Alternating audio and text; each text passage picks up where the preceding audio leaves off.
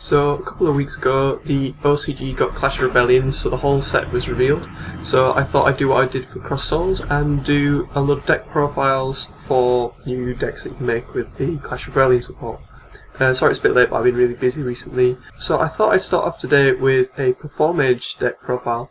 Now, last time I did a discussion about them, they were Enter Mages, and I was talking about how they all floated and how good that was. That was before they got Trick Clown, which is incredible. Trick Clown is the best Performage, and that's just got released, and let me tell you, it makes the deck so much better. Let's start with the deck profiles. So first we've got 3 Performage Damage Juggler. During your player's turn, when a card or effect would inflict damage to you is activated, you can discard this card, negate the activation. If you do, just destroy it. During the player's battle phase, you can discard this card, reduce the next battle damage you take this turn to 0, and you can banish this card from the graveyard to add 1 Performage from your deck to your hand. You can only use this effect once per turn. So this is like your Skarn, if we consider this to be like a rank 4 BA deck. Really, really good. Really nice searching power, nice, and the fact it can save you in the battle phase, save you from a cowboy, anything like that. It can basically just save the game, and then you can make a comeback the very next turn. Then we got Performage Trick Clown, as I said, the best Performage.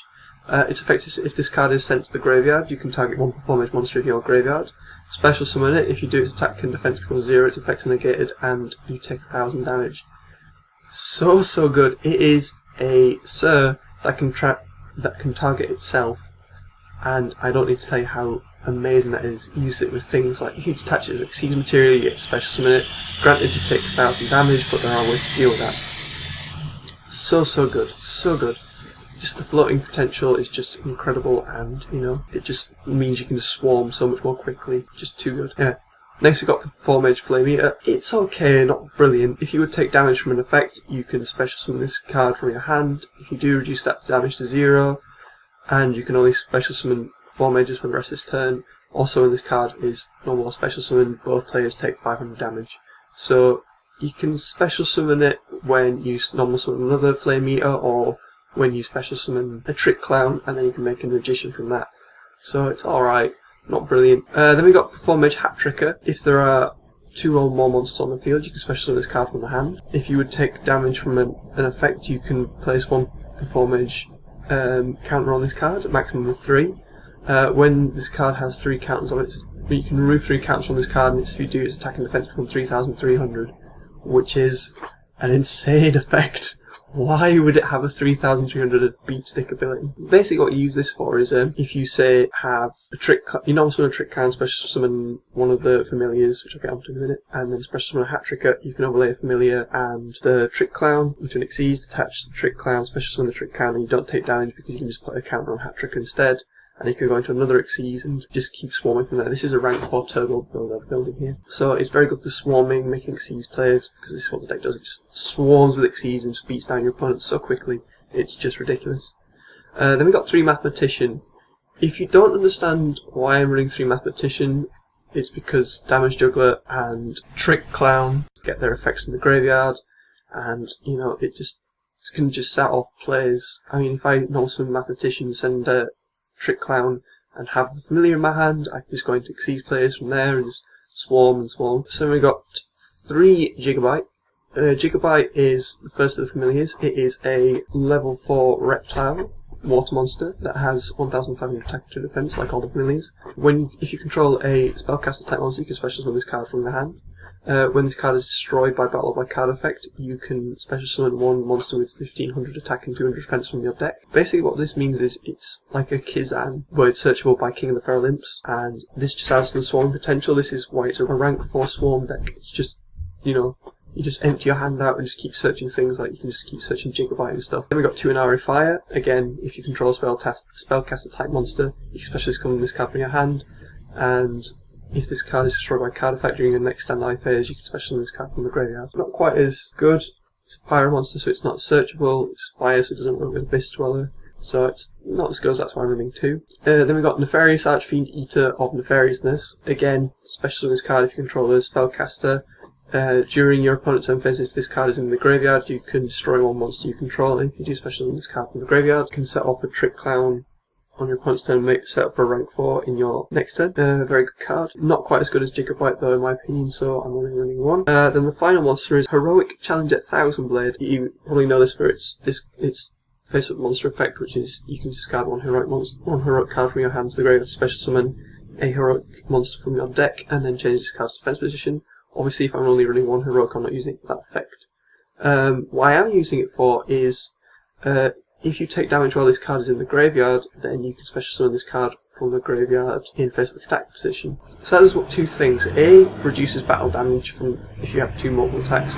It's a +1 every time you take damage, so every time you have a Trick Clown that comes out of the graveyard, then you're just going to special summon Thousand Blade and just go into Xyz play, which is very good. Also works with Flame Meter, which makes Flame Meter slightly better. So yeah, that's why I run a Thousand Blade. If you had multiple, it would clog, which is a problem, but hey ho. Anyway, onto spells, got Raigeki and 2 Dark Holes for field clearance, because if you can just swarm, then you can just like clear the field, just swarm and beat down your opponent.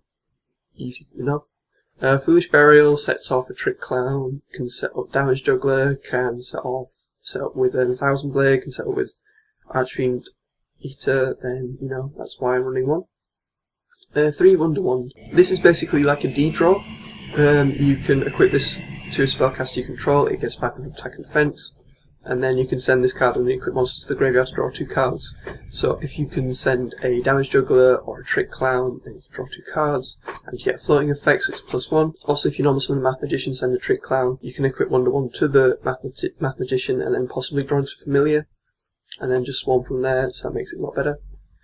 3 MST, back row clearance, Ring of Destruction, more front row clearance, it's just nice chainable destruction. 1 compulsory evacuation device, more monster, chainable monster clearance, Bottomless and Solemn for summon reaction. 3 Fiendish Chain to react to your opponent's effects, and 2D Prison. Yeah, onto the extra deck. We got 2 Entomage Trapeze Magician, possibly my favourite rank 4 Xyz, as I mentioned in my previous video. During either player's main phase 1, you can target 1 monster on the field.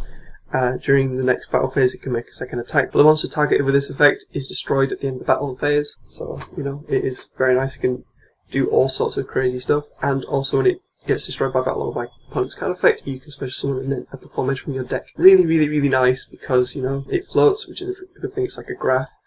It's revivable with Trick Clown. It can set off some crazy OTKs with the double attacking ability. I mean, I'll probably upload the Shadow Entomage deck profile tomorrow, and there's just crazy things it can do with Construct, which is incredible. So yeah, really good card at 2. Feral Imps, King of the Feral Imps is there because you can just use that to just swarm. Say if you normal summon Trick Clown, special summon an Ari Fire, overlay into King of the Feral Imps, detach Trick Clown, add Gigabyte, special summon Trick Clown, special summon Gigabyte, go into another rank 4. So it is very good. It's just basically there to get another 2,300 damage on board and set up for another Xyz play.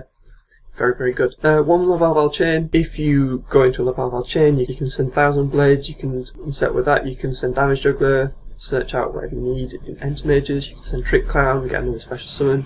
Whatever you need, Lavalval Chain can help you with. 1 Daigustu Emerald. Recycling power, because, you know, you can go through the cards really, really quickly, and a little bit of recycling power is always nice.